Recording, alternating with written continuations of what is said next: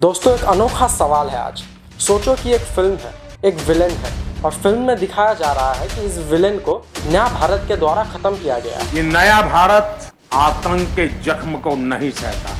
लेकिन अगर मैं आपको कहूं कि वो विलेन रियल लाइफ में 2011 में ही मर चुका था और तब देश में मनमोहन सिंह की सरकार थी, तो आप क्या कहोगे? और एक दूसरी फिल्म है, उसने ट्रेलर में लिखा कि 32,000 लड़कियां गायब और फिर सुप्रीम कोर्ट के आने के बाद वही फिल्म बोली नहीं, ये तो एक्चुअली सिर्फ 3 लड़कियों की कहानी है। और एक तीसरी फिल्म है, उसने क्लेम किया है कि भगत सिंह, नेताजी, खुदीराम बोस ये सब सावरकर से इंस्पायर थे और खुद उनके परिवार वालों ने आकर कहा कि ये सच नहीं है। तो सवाल ये उठता है कि ये सिर्फ गलतियां हैं या फिर कुछ और चलती है। और इन फिल्मों को टैक्स फ्री किसने किया? उन्हीं लोगों ने जिनकी कहानी ये फिल्म बेच रही थी। आज हम खोलते हैं एक एक करके और देखते हैं कि एक्चुअली पूरी पिक्चर क्या है। दोस्तों एक बात है जो हम सब जानते हैं, मगर हम जब सिनेमा हॉल में होते हैं तो वो भूल जाते हैं। जब वो लाइट्स ऑफ हो जाती है, जब स्क्रीन बड़ी हो जाती है, तो कुछ ऐसा होता है हमारे दिमाग के साथ। हम वो दुनिया छोड़ देते हैं जहां हम हैं और वो दुनिया में चले जाते हैं जो स्क्रीन पे दिखाई जाती है। यही वो मैजिक है फिल्म्स का, यही वो मैजिक है जिस वजह से हम टिकट खरीदते हैं। लेकिन दोस्तों अगर यही मैजिक एक गलत हाथों में चला जाए तो एक बहुत ही बड़ा टूल बन सकता है। एक ऐसा टूल जिसके बारे में आप पॉपकॉर्न खाते खाते सोच ही नहीं सकते। और ये टूल पिछले कुछ सालों में बहुत ही सिस्टमेटिकली यूज किया गया है। चलिए देखते हैं कैसे। 2019 उड़ी the surgical strike film release होती है। अब एक चीज नोटिस करो, इस फिल्म की रिलीज होने की टाइमिंग जरा नोटिस करो। 2019 के लोकसभा इलेक्शन से ठीक पहले और उसी वक्त बीजेपी के रैली में एक नारा सुनाई देने लगता है, हाउ इज द जोश। ये लाइन किसी और जगह से नहीं आई थी, ये उड़ी फिल्म की डायलॉग थी। और बिल्कुल उसी फिल्म के रिलीज होने के बाद ये लाइन सीधा पार्टीज के रैली तक पहुंच गया। 2022 कश्मीर फाइल्स। इस बार मोदी जी खुद बीजेपी पार्लियामेंट की मीटिंग में इस फिल्म की सीधा तारीफ करते हैं और फिर एक के बाद एक कर्नाटका, हरियाणा, गुजरात, मध्य प्रदेश, उत्तराखंड, इन सब बीजेपी रूल्ड स्टेट में इस फिल्म को टैक्स फ्री करवा दिया जाता है। 2025-26 धुरंधर पार्ट 1 और पार्ट 2 और इस फिल्म को भी लद्दाख में टैक्स फ्री करवा दिया जाता है। और इस फ्रेंचाइज ने पार्ट 1 और पार्ट 2 मिलाकर 3,000 करोड़ से ज्यादा कमाया है। तो दोस्तों ये पैटर्न देख रहे हो, एक फिल्म ठीक इलेक्शन से पहले, दूसरी पीएम की तारीफ के साथ, तीसरी टैक्स फ्री। और ये सिर्फ 1-2 फिल्म्स नहीं है। द क्विंट ने रिसर्च करके काउंट किया, कम से कम 10 ऐसी फिल्म्स है जिनके डायरेक्टर या प्रोड्यूसर का बीजेपी या आरएसएस या हिंदुत्व ऑर्गेनाइजेशन से सीधा कनेक्शन है। और एक नाम है जो बार बार सामने आता है, आदित्य धर, डायरेक्टर और प्रोड्यूसर भी। इसने उड़ी बनाई लोकसभा इलेक्शन से पहले, इसने आर्टिकल 370 बनाई, ये भी लोकसभा इलेक्शन से ठीक पहले। और धुरंधर बनाई जो कि बीजेपी के सर्कल में सबसे ज्यादा पसंद किए जाने वाले फिल्म्स में से एक है। एक फिल्म मेकर 3 फिल्म्स, तीनों बार वही एजेंडा, तीनों बार टाइमिंग बिल्कुल सही। ये एक बहुत ही बड़ा फैक्ट्री है दोस्तों। अब इस फैक्ट्री के प्रोडक्ट को एक एक करके खोलते हैं। मई 2023 केरला स्टोरी फिल्म रिलीज होती है। ट्रेलर में एक लाइन है कि 32,000 लड़कियां केरला से गायब हुई और आईएसएस में शामिल हो गई। 32,000, ये सुन के थिएटर में सन्नाटा छा जाता है। लोग घर जाते हैं और व्हाट्सएप पे फॉरवर्ड करते हैं कि देखो केरला में क्या हो रहा है। लेकिन रुको, ये 32,000 का जो नंबर है ये आया कहाँ से? कोई एनआईए रिपोर्ट, कोई इंटेलिजेंस डेटा? जब केरला के हाई कोर्ट के जज ने यही पूछा तब प्रोड्यूसर का, लॉयर का क्या कहना था? इंफॉर्मेशंस जो मेकर्स को मिली वही लिया गया। कोई गवर्नमेंट डेटा नहीं, कोई आईएनए रिपोर्ट नहीं, कोई ऑफिशियल आंकड़ा नहीं, सिर्फ वही इंफॉर्मेशंस जो मेकर्स को मिली। और सुप्रीम कोर्ट्स ने क्या कहा? कोर्ट्स ने मेकर्स को एक डिस्क्लेमर लगाने के लिए कहा। और तब मेकर्स ने क्या किया?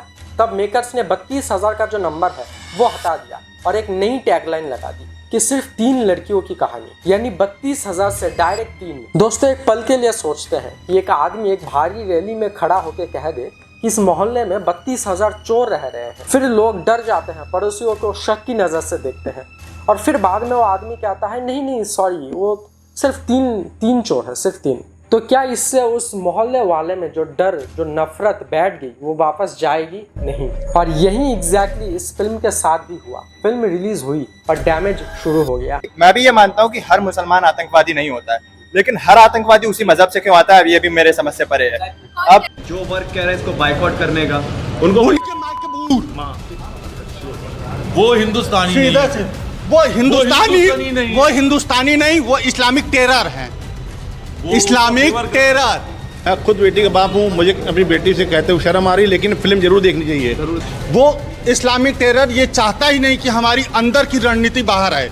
एक पूरी स्टेट की इमेज, एक पूरी कम्युनिटी की इमेज एक झूठ के सहारे डैमेज होगी और वो झूठ सुप्रीम कोर्ट के दबाव में क्वाइटली हटा दिया गया। केरला के चीफ मिनिस्टर सीधा कहा, यह फिल्म संघ परिवार के प्रोपेगेंडा का हिस्सा है। इसका मकसद केरला को एक ऐसा स्टेट दिखाना है जहां रिलीजियंस एक्सट्रीम्स फैला हुआ है, जबकि ये बिल्कुल सच नहीं। और कमल हसन ने इंटरनेशनल मीडिया के सामने कहा, मैं प्रोपेगेंडा फिल्म्स के खिलाफ हूँ। बस ट्रू स्टोरी लिख देने से कोई फिल्म सच नहीं हो जाती, उसे सच में सच होना चाहिए। और ये फिल्म सच नहीं है, ये एंटरटेनमेंट नहीं था, ये एक स्टेट को, एक कम्युनिटी को बदनाम करने का केयरफुली प्लान्ड ऑपरेशन था। तो अब आते हैं सबसे इंटरेस्टिंग पार्ट पर, और ये वाला पार्ट सबसे ज्यादा चौंकाने वाला है। धुरंधर फिल्म 3000 करोड़ से ज्यादा का कमाई कर चुका है। इंडिया की अभी तक की सबसे बड़ी ब्लॉकबस्टर फिल्म्स में से एक है। इस फिल्म में एक डायलॉग है जो सबसे ज्यादा सुनाया गया, ये नया भारत है, घर में घुसेगा भी और मारेगा भी। ये नया हिंदुस्तान है, ये घर में घुसेगा भी और मारेगा भी। थिएटर में तालियां बजने लगती है, दिल को एकदम प्राउड फील होती है और फील होता है कि यार सच है, 2014 के बाद सब बदल गया। लेकिन दोस्तों अब हम एक एक चीज को वेरीफाई करते हैं।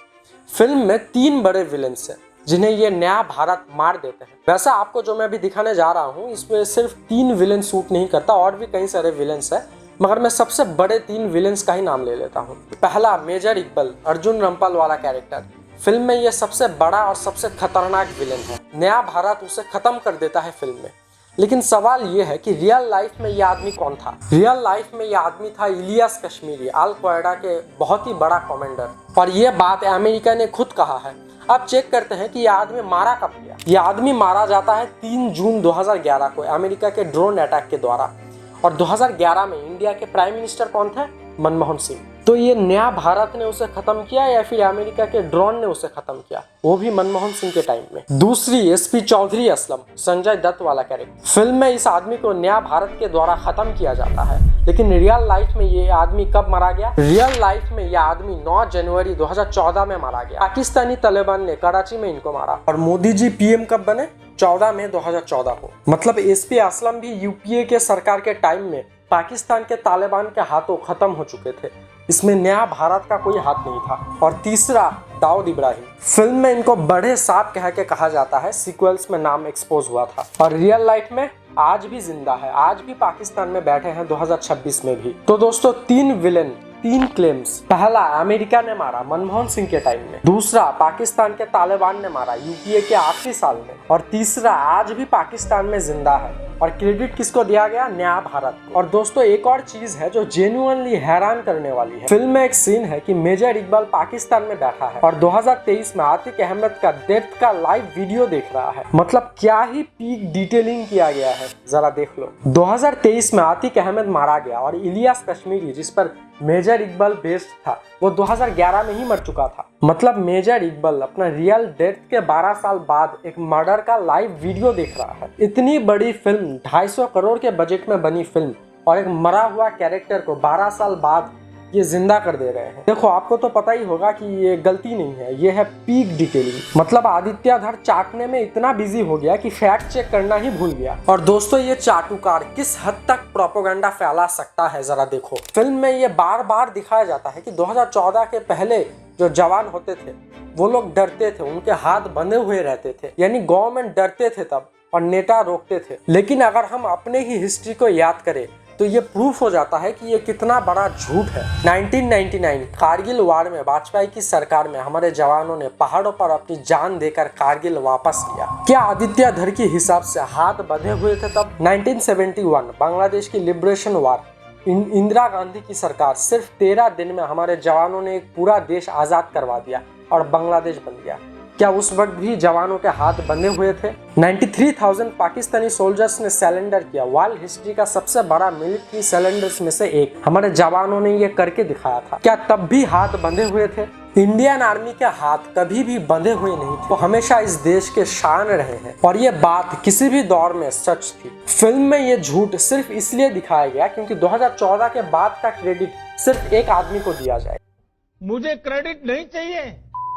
अब बात करते हैं तीसरी फिल्म की, स्वतंत्रता वीर सावरकर। इस फिल्म में जो हिस्ट्री दिखाई गई है वो ओरिजिनल हिस्ट्री से बिल्कुल मैच नहीं करता। फिल्म का सबसे बड़ा क्लेम क्या है? भगत सिंह, नेताजी सुभाष चंद्र बोस, खुदीराम बोस, ये सब सावरकर से इंस्पायर थे। तो चलो अब हम हिस्टोरिकल रिकॉर्ड्स देखते हैं। नेताजी के ग्रैंड रेफ्यू चंद्र कुमार बोस, इन्होंने इस क्लेम पर क्या कहा? सावरकर एक हिंदू फैनेटिक थे जिनकी सोच जिन्ना से भी पहले दो नेशंस थ्योरी पर टिकी थी। नेताजी और सावरकर की आइडियोलॉजी बिल्कुल अलग थे, अलग डायरेक्शन में। और नेताजी की बेटी अनीता बोस ने कहा बीजेपी और आरएसएस नेताजी के आइडियाज को रिप्रेजेंट नहीं करते। खुद नेताजी की बेटी ये कह रही है। और भगत सिंह, हिस्टोरिकल रिकॉर्ड्स में भगत सिंह एक एथिस्ट थे। उनकी और सावरकर की आइडियोलॉजी का कोई मिल नहीं था। ये खुद हिस्ट्री का कहना है। ये खुद हिस्ट्री का कहना है कि इन तीन फ्रीडम फाइटर्स की सावरकर से कोई कनेक्शन नहीं है। और उनका अपने परिवार के लोगों ने भी साबित कर दिया। और ये एक फिल्म मेकर का हक है कि वो क्या दिखाए और क्या ना दिखाए। लेकिन जब फिल्म कहे कि ये ट्रू स्टोरी पर बेस्ड है, तब ऑडियंस का हक बनता है कि वो सवाल करे। दोस्तों, अब एक पल रुकते हैं और सोचते हैं कि ये सब क्यों हो रहा है। इतना पैसा, इतना मेहनत, इतना प्लानिंग, क्या सिर्फ एंटरटेनमेंट के लिए? फिजियोलॉजिस्ट एक चीज बताते हैं कि जब आप स्क्रीन पे कुछ चीज फील करते हो, जब रियल ट्रेजेडी आपकी आंखों के सामने साबित हो जाती है, तब आपका लॉजिकल ब्रेन और इमोशनल ब्रेन काम करना बंद कर देती है। तब आप फैक्ट चेक की जगह सिर्फ फील करते हैं, डर, गुस्सा, और उसी गुस्से में एक डायलॉग सुनाई देती है और आप ताली बजाते हैं। द कश्मीर फाइल्स के डायरेक्टर ने खुद इंटरव्यू में कहा कि बॉलीवुड ये मानता है कि पब्लिक डम है और उनके लिए सब कुछ डम्ड बनाना पड़ता है। वो खुद इतने डम है कि आपको वो नीचे ले जाते हैं, पुल यू डाउन। इसीलिए इंडियन सिनेमा इतना डम क्यों है? इंडियन बॉलीवुड की फिल्में इतनी डम इसलिए हैं because of their stars. Their stars are so dumb that they make every director and writer become dumb and they assume the audience is very dumb। खुद एक डायरेक्टर मान रहा है कि ऑडियंस डम्ड है। और जब ऑडियंस को यही समझा जाए तो प्रोपेगेंडा का काम और भी आसान हो जाता है। पहले दर्द दो, फिर विलेन बताओ, फिर हीरो बताओ। और जो टिकट लेके आए थे वो खुद इस स्टोरी का कैरियर बन जाता है, घर जाके फॉरवर्ड करता है, दोस्तों को शेयर करता है। दोस्तों, पहले एक बात सीधी कर देता हूँ क्योंकि ये जरूरी है। कश्मीरी पंडित्स की दर्द रियल है। इन ट्रेजिडी को स्क्रीन पर दिखाना गलत नहीं है, ये होनी चाहिए। लेकिन जब रियल दर्द के साथ झूठ मिक्स हो जाए, जब रियल नंबर के साथ फेक नंबर डाला जाए, जब रियल हीरोज को सिर्फ एक पार्टी का क्रेडिट दिला दिया जाए, तब वो फिल्म नहीं रहती, वो कुछ और बन जाती है। तो अगली बार अगर कोई फिल्म देखो जिसमें लिखा हो कि ट्रू स्टोरी, तो सिर्फ एक काम करना, जो नंबर दिखाया जाए उसको वेरीफाई करना, जो क्रेडिट दिया जाए उसका काम कब हुआ, किसके टाइम में हुआ, वो भी चेक कर लेना। बस इतना ही करना और आप इस गेम से बहुत अवेयर हो जाओगे। तो यहीं तक था आज का ये वीडियो। मिलता है नेक्स्ट वीडियो में। और आपको इस वीडियो के बारे में क्या कहना है नीचे कमेंट पे ज़रूर लिखिए।